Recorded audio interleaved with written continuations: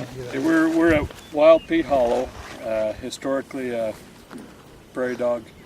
area where there was a lot of prairie dogs, especially along the benches in the area, and all along here out in the flat out in here. And as you can see, the contrast between this lithic site and where we've disked the sagebrush, the small sagebrush has just started growing as a result of drought and ideal conditions over the last few years, and moving the habitat, or making the habitat less available for the prairie dogs. And so the objective of what we were trying to do here is to come in and disk the brush out as much as we could, and then reseed with grass, and then in a couple of years put some translocation sites to repopulate the area with prairie dogs, hoping that they will take. There's probably, the county owns 300 acres in here, and we probably treated about 150 acres of disking.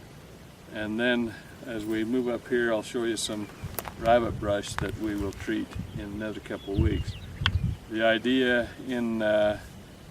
sometime in October is to come back in here and reseed this to get a good establishment before winter sets in, and then next spring it should take off if we get favorable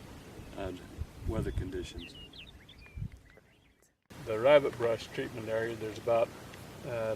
10 to 15 acres in this area right in here that is dominantly rabbit brush, and the Utah Extension, University of Utah Extension Service, Utah State University Extension Service has a method of controlling rabbit brush by mowing and treating it with tardon in the fall and letting it go into the winter and killing it out. So that we're going to try this, and it'll kind of be an experimental plot that USU is going to try. Then the big brush that's left over we will treat with the spike treatment, which will kill the sagebrush, and both chemicals, tardon and spike, will leave the grass intact, so we'll have prairie dogs in here.